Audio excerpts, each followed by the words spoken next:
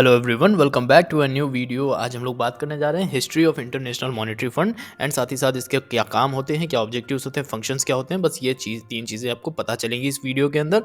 तो वीडियो को लास्ट तक देखना, तभी तुम्हें समझ में आएगा। अदरवाइज अगर तुम्हें लग रहा है ये और भी अन्य तरीके की प्रमोशनल वीडियोज़ की तरह है जिसमें कोर्स बेचा जाता है, सो यू आर रॉन्ग। यहाँ पे तुमको सिर्फ पढ़ाई मिलेगी। ठीक है, स्टार्ट करते हैं। So the formation of IMF से स्टार्ट करते हैं। ठीक है, wait a minute, just wait a minute, मैं पेन निकाल लेता हूँ। So the formation of IMF, ठीक है, वॉज इनिशिएटेड इन 1944। अच्छा, 1944 में ये इंटरनेशनल मॉनेटरी फंड बना। वर्ल्ड बैंक के बारे में भी तुम पढ़ लेना, इसी के नीचे एक प्लेलिस्ट है, उसमें आपको बाद में बता दूंगा। वर्ल्ड बैंक आप उसमें से पढ़ लेना। World bank and international Monetary fund दोनों को एक साथ पढ़ोगे तो ज़्यादा समझ आएगा। ठीक है, इसलिए मैं बता रहा हूँ। The formation of IMF was initiated in 1944। 1944 में ये बना। ठीक है, मान लिया मैंने। ब्रेटन वुड्स कॉन्फ्रेंस में बना। अब कोई पूछे तुमसे ब्रेटन वुड्स कॉन्फ्रेंस में क्या हुआ था और क्यों है, तो भाई तुम बोल देना सीधे सीधे इंटरनेशनल मॉनेटरी फंड का जन्म हुआ था इस मीटिंग में, इस कॉन्फ्रेंस में। ठीक है, सपोज ऐसे माना करो एक मीटिंग है। ठीक है, वॉज इनिशिएटेड इन 1944। 1944 में बना था आईएमएफ, इतना याद हो गया। IMF came into operation on 27 दिसंबर 1945। तो भाई 1945 में भाई इसका अडॉप्ट कर लिया गया, ये वर्क करने लगा। कि वर्क करने लगा। अब यहाँ पे मेंबर्स आने लगे, उठने बैठने लगे, पॉलिसीज बनने लगी। ठीक है, डॉक्यूमेंट्स बनने लगे। अब ये होने लगा यहाँ पे, आईएमएफ केम इनटू ऑपरेशन। ठीक है, अब मैं आगे बताता हूँ, एक minute. And is today an international organisation. International organisation है, जाहिर सी बात है इंटरनेशनल लगा है, समझ गए होगे। That consist of 189 members. इसमें 189 मेंबर्स होते हैं, ये इंपॉर्टेंट है। जैसे यूनाइटेड नेशंस पढ़ा है, उसमें भी ऐसे ही कुछ मेंबर्स मैंने बताए थे। वॉशिंगटन डीसी में इसका आपको हेडक्वार्टर मिल जाएगा, headquarter in Washington DC. But Washington DC कहाँ है, तो यूनाइटेड स्टेट्स ऑफ अमेरिका में है। अमेरिका में वॉशिंगटन डीसी पड़ता है। ठीक है, याद रखना, हमेशा इंपॉर्टेंट चीज़ है। IMF focuses on fostering global monetary cooperation. Force इसका क्या है, काम क्या है, ग्लोबल मॉनेटरी कोऑपरेशन को देखना। अब क्या है भाई कि वर्ल्ड बैंक मैंने जब पढ़ाया तो उसमें भी यही था कि ग्लोबल मॉनेटरी एम्प्लॉयमेंट देखना और इंटरनेशनल ट्रेड देखना। तो आप कहोगे यार मतलब समझ नहीं आ रही बात की है, तो फिर कंफ्यूजन वाली बात हो गई। तो बात ये है कि इंटरनेशनल मॉनेटरी फंड हो चाहे वर्ल्ड बैंक हो, वो दोनों ही देखो सेम करती हैं, बट थोड़ा सा मॉनेटरी से रिलेटेड ही काम करती है। बट वर्ल्ड बैंक थोड़ा सा लोन से रिलेटेड काम करती है। ठीक है, अभी मैं आगे बताता हूँ। IMF focuses on fostering global monetary cooperation, securing financial stability। Financial stability बनाने का मतलब है कि किसी कंट्री के अंदर फाइनेंशियल स्टेबिलिटी, जैसे कि इन टर्म्स ऑफ मनी। ठीक है, वहाँ पे सही मनी प्रोवाइड करना, ज़्यादा मनी प्रोवाइड कर देना ताकि इकोनॉमी फले फूले। Facilitating and promoting international trade. International trade को भी प्रमोट करती है, जैसे कि आयात निर्यात, import export. Employment and economic growth. Economic growth and employment देखो हर इंटरनेशनल ऑर्गेनाइजेशन का कहना होता है और वही काम करते हैं लोग। तो कैसे एम्प्लॉयमेंट कर सकती है भाई, किसी कंट्री में रुपया लगाएंगे अगर ये लोग, बिलियंस ऑफ मनी अगर पंप होगा किसी इकोनॉमी में, तुम खुद ही समझ जाओ वहाँ पे इंडस्ट्रीज फलेंगी फूलेंगी, वहाँ कंपनीज खुलेंगी, नई नई कंपनीज खुलेंगी, तो नया नया एम्प्लॉयमेंट जनरेट होगा। सिंपल सी बात है। ठीक है, अराउंड द वर्ल्ड ही काम करेगी। The IMF is a specialised agency of United Nations. अब ये इंपॉर्टेंट पॉइंट है, देखो कुछ ना याद रहे, ये याद रहे, यूनाइटेड नेशंस का IMF है। IMF हो चाहे वर्ल्ड बैंक हो चाहे कोई ऑर्गेनाइजेशन इंटरनेशनल जो भी चल रही ना, तुम हमेशा याद रखना यूनाइटेड नेशन इज मस्ट।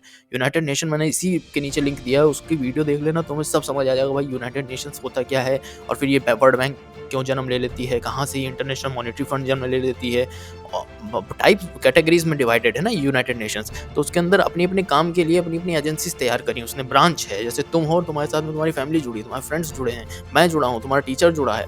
अगर तुम सक्सेस पाओगे तो तुम सबका नाम रोशन कर दोगे ना। तो बस वही है, यूनाइटेड नेशंस की ब्रांचेस है। ठीक है, आगे चलते हैं। यहाँ पर बहुत ही सिंपल सी ऑब्जेक्टिव समझ आएगा, यानी काम क्या करती है भाई, छोटे छोटे पॉइंट्स हैं। IMF वॉज डेवलप्ड, देखो मैं चाहूँगा कि मैं ये जो पार्ट है ना ऊपर वाला, इसको मैं सोच रहा हूँ कि आपके लिए स्किप कर देता हूँ, ये वाला पार्ट, क्योंकि इसमें वही सेम चीज़ें बताई गई हैं। IMF वॉज डेवलप्ड, मैं चलो थोड़ा सा बता देता हूँ तुमको। एनेबल इंटरनेशनल ट्रेड, सेम चीज़ बताई है जो मैंने पढ़ाई है। Financial stability, stimulate high employment, ठीक है, डिमिनिश पॉवर्टी। अब एम्प्लॉयमेंट जनरेट होगा तो गरीबी तो गायब हो ही जाएगी in the world. And sustain economic growth. Economic growth का मतलब होता है वहाँ पे इंडस्ट्रीज खुलेंगी नई नई, तो इकोनॉमिक ग्रोथ होगा, एम्प्लॉयमेंट जनरेट होगा, नया प्रोडक्ट्स बनेगा, जीडीपी जन्म लेगी, जीडीपी ऊपर जाएगी। ठीक है, इनिशियली देयर वर 29 कंट्रीज। पहले इसमें 29 कंट्रीज हुआ करती थी, बट आज इसमें क्या है 189 मेंबर्स हो चुके हैं। ठीक है, स्किप करते हैं, आगे चलते हैं। The main objectives of the international Monetary Fund IMF are mentioned below. To improve and promote global monetary cooperation of the world, global monetary जो रिलेटेड संबंधित पॉलिसीज़ बनाना या उस मॉनेटरी प्रोवाइड करवाना, मतलब मनी प्रोवाइड करना, कैपिटल प्रोवाइड करना किसी कंट्री को, ये काम करती है। To secure financial stability by eliminating और minimising the exchange rate stability. Exchange rate क्या होती है? एक्सचेंज रेट होती है, सुना होगा तुमने, ₹1 इक्वल टू $73 आप लोगों ने सुन रखा होगा, बट इस टाइम पे करेंटली 83 या 82 चल रहा है। तो ₹1 इक्वल टू $83। तो भाई लोगों को समझ नहीं आता ये क्या चीज़ होती है। तो इसका मतलब ये होता है कि जब तुम अमेरिका जाओगे, अमेरिका में $83 जब तुम कमा लोगे ना कुछ भी मेहनत करके, और जब उसको इंडिया में लेकर आओगे, उसको जब एक्सचेंज कराओगे, तो पता है तुम्हारे हाथ में क्या लगेगा? ₹1। ठीक है तो ये सीन हो जाता है। तो इसी ये होती है एक्सचेंज रेट। ठीक है, to facilitate and a balanced international trade, to facilitate a balanced international trade. ठीक है, to promote high employment through economic assistance and sustainable economic growth. Third and fourth point को मैं तुम्हें एक्सप्लेन कर देता हूँ। To facilitate a balanced international trade, यानी कि आयात और निर्यात जो होता है उसको बराबर करती है, इक्विलिब्रियम में लाकर रख देती है। जैसे कि ट्रेड डेफिसिट हुआ था 2023 के अंदर इंडिया में, तो तुम जाकर के सर्च कर लेना गूगल के ऊपर, what is trade deficit in 2023 in India. तो तुम्हें पता चलेगा कि हमारा जो था इंपोर्ट जो था वो ज़्यादा हो गया था और एक्सपोर्ट हमारा कम हो गया था। जब भी किसी कंट्री का एक्सपोर्ट कम हो जाता है, इंपोर्ट ज़्यादा हो जाता है, तब भाई साहब उस कंट्री में गड़बड़ शुरू हो जाती है, उस कंट्री की इकोनॉमिक स्थिति थोड़ी सी अनस्टेबल हो जाती है। बट अगर वो ज़्यादा हो जाए तो फिर बर्बाद हो जाएगा। अब खुद ही सोचो, तुम जॉब करते हो अगर और तुम कमाते हो, मान लेते हैं तुम्हारा इनकम जो है, इनकम है 50,000, मगर तुम्हारा जो खर्चा है वो कितना है? 1,00,000 रुपए। तो तुम्हारी जेब से 50,000 तो गायब हो ही जाएंगे, साथ में तुम्हें बैंक से 50,000 और लोन लेना पड़ेगा। समझ गए? तुम कमाते हो 1,00,000 रुपया 2 महीने में, और तुमने ले ली एक 12,00,000 रुपए की कार। ठीक है, और अब 1,00,000 रुपया तुम कमाते हो, मतलब 50,000 रुपये महीना कमाते हो, तुमने ले ली 12 लाख की कार। तो भाई 12 लाख तुम्हारी जेब से चले गए। अब 50-50 हज़ार जो भी आएंगे ना, तो उसमें से तुम खाओगे या तुम उसकी ईएमआई पे करोगे, ये डिसीजन तुम्हें लेना पड़ेगा, जिसकी वजह से तुम्हारी फाइनेंशियल स्थिति वीक हो जाएगी और तुम लोन में फंस जाओगे। तो बस वही सेम चीज़ होती है कंट्री के साथ में भी। फिर वो जाती है वर्ल्ड बैंक के पास, कहती है भाई मेरे पास रुपया नहीं है, लोन दे दो, जैसे पाकिस्तान करता है। तो ये सीन हो जाता है। To reduce poverty around the world, ये पॉवर्टी जो है रिमूव करती है। समझ में आया? What are the functions, and ये लास्ट स्लाइड होगी तुम्हारे लिए, एंड ये बस इसी को पढ़ लेना एंड सब कुछ हो जाएगा यहीं पे। What are the functions of IMF? ठीक है, functions IMF mainly focuses on supervising the international monetary system along with providing credits to the member countries. ये लोन भी प्रोवाइड करती है और साथ ही साथ मनी भी, मतलब मनी से रिलेटेड काम भी देखती है। इंटरनेशनल मॉनेटरी सिस्टम होती है पूरी की पूरी। जैसे कोई भी ट्रेड हो रहा है ना, और उसके बीच में रुपए का लेन देन हो रहा है, तो उसके डिसीजंस ये लेती है ताकि कोई भी घपला ना हो। The functions of the international Monetary fund can be categorised into 3 types. ऐसे 3 तरह के फंक्शंस ये करती है। रेगुलेटरी फंक्शंस करती है, number 1। IMF functions as a regulatory body as per the rules of articles of agreement। इन लोगों में क्या है, 189 जो मेंबर्स हैं, इनके अंदर एक आर्टिकल, एक एग्रीमेंट होता है, इनके खुद का कॉन्स्टिट्यूशन होता है। जैसा मैं बता चुका हूँ, United Nations and world bank का भी कॉन्स्टिट्यूशन होता है, तो उसी तरह इनका भी कॉन्स्टिट्यूशन होता है, क्योंकि यूनाइटेड नेशन से ही रिलेटेड है, तो यूनाइटेड नेशन का ही कॉन्स्टिट्यूशन आर्टिकल्स वर्क करते हैं। तो अकॉर्डिंग टू द एग्रीमेंट, ये लोग एग्रीमेंट के हिसाब से रेगुलेटरी बॉडी होते हैं, ये कोई भी घपला नहीं होने देते हैं। It also focuses on administrating a code of conduct for exchange rate policies। exchange rate policies का मतलब होता है कहीं ऐसा ना हो कि कोई कंट्री जो है सिर्फ कह रही है कि मैं तो पेमेंट करूंगा, मतलब मेरे को पेमेंट चाहिए तो डॉलर में ही चाहिए। मान लो इंडिया से कह रही है कोई कंट्री की, मैं तो डॉलर में पेमेंट करूंगी, मैं तो रूपी में पेमेंट करूंगी। तो भाई रूपी का उतना ज़्यादा एक्सचेंज रेट है नहीं, जिसकी वजह से हम थोड़ा सा ना गड़बड़ हो जाएगा हमारे साथ में। ठीक है, तो agreement it also focuses on, मतलब किसी की ये नहीं है कि मोनोपोली नहीं चलने देती है। इंटरनेशनल मॉनेटरी फंड किसी की दादागिरी किसी कंट्री की नहीं चलने देती है। ठीक है, एक्सचेंज रेट्स को बनाए रखती है, उसके खिलाफ एक्शंस ले सकती है। फाइनेंशियल फंक्शंस में अगर मैं आऊँ तो IMF provides financial support and resources to the member countries to meet short term and medium term balance of payments. ठीक है, बैलेंस ऑफ पेमेंट्स, वही बात जैसे बैलेंस ऑफ ट्रेड होता है, वैसे बैलेंस ऑफ पेमेंट्स होता है। ठीक है, तो उसको बनाए रखने का भी ये काम करती है। कंसल्टेटिव फंक्शंस के बारे में बात करें तो IMF is a centre for international cooperation for the member countries. यहाँ पे एक इंपॉर्टेंट चीज़ में लास्ट में देखो, यहाँ पे लिखा मिला हुआ है टेक्निकल असिस्टेंस। ये क्या करती है? टेक्निकल असिस्टेंस, मतलब इस पॉइंट में देखो सिर्फ इंपॉर्टेंट है टेक्निकल असिस्टेंस।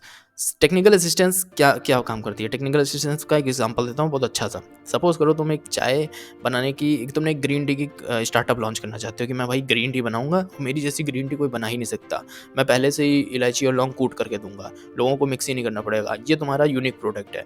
तुमने कहा कि भाई मेरे को लॉन्च करना है, लेकिन तुम कहे कि यार मेरे पास आइडिया तो है, आइडिया पे वर्क करने की हिम्मत भी है, मगर ना ही मुझे ये मालूम है कि मेरी कंपनी के अंदर कितनी कितनी ब्रांचेस होंगी, ना ही मुझे ये मालूम है कि इस कंपनी को रजिस्टर कहाँ करवाया जाता है, पेटेंट कैसे निकलवाया जाता है, ठीक है, यूनिवर्सल पेटेंट कैसे चेक करें, कॉपीराइट ना हो जाए कहीं मेरे ऊपर।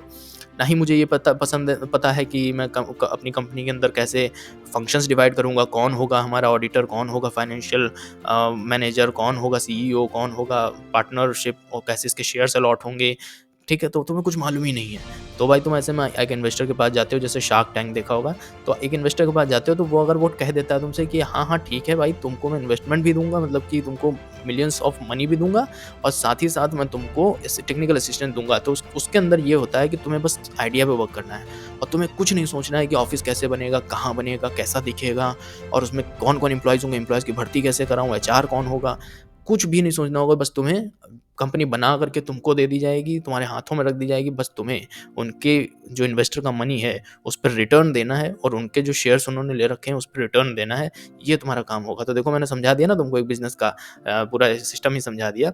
तो यही चीज़ हो जाती है इसके साथ में, आईएमएफ के साथ में। ये क्या करती है, पूरी-पूरी कंट्रीज़ के लिए मदद करती है। जैसे कि किसी कंट्री में पाइपलाइन बिछनी है पानी की, तो पानी की कमी है वहाँ पे, पाइपलाइन नहीं है सही से, तो पाइपलाइन बिछवाएगी, उसके लिए मोरंग, मसाला, गिट्टी, पत्थर जो भी लगेगा, इंजीनियर्स कौन लगेंगे, कितने लगेंगे, मैपिंग कैसे होगी, कंट्री में कैसे जगह निकाली जाएगी, वो सारा काम, वो सारा ठेका अपने कंधों पे ले लेगा आईएमएफ। बस तुम्हें केवल कंट्री को बस ये करना होगा, इंटरेस्ट के हिसाब से कुछ देते होंगे, या उनका कोई एक एग्रीमेंट हो ही जाता है आईएमएफ का कि हाँ आप डेवलप हो लो, आज डेवलप हो लो, लेकिन कल को हमें लौटा देना, ठीक है। तो ये सीन होता है आईएमएफ का। तो आई होप कि तुम्हें आज वीडियो समझ में आ गई होगी। यही एक लास्ट स्लाइड थी, इसके आगे कुछ नहीं है।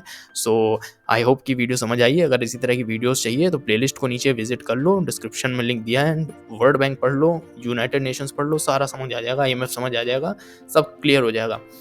सो अगर वीडियो अच्छी लगी तो यार लाइक तो बनता है, और सब्सक्राइब करो, सपोर्ट करो मेरे एफर्ट्स को, काफ़ी एफर्ट डालना पड़ता है तभी वीडियोस बनती हैं। So see you soon in the next video, till then good bye.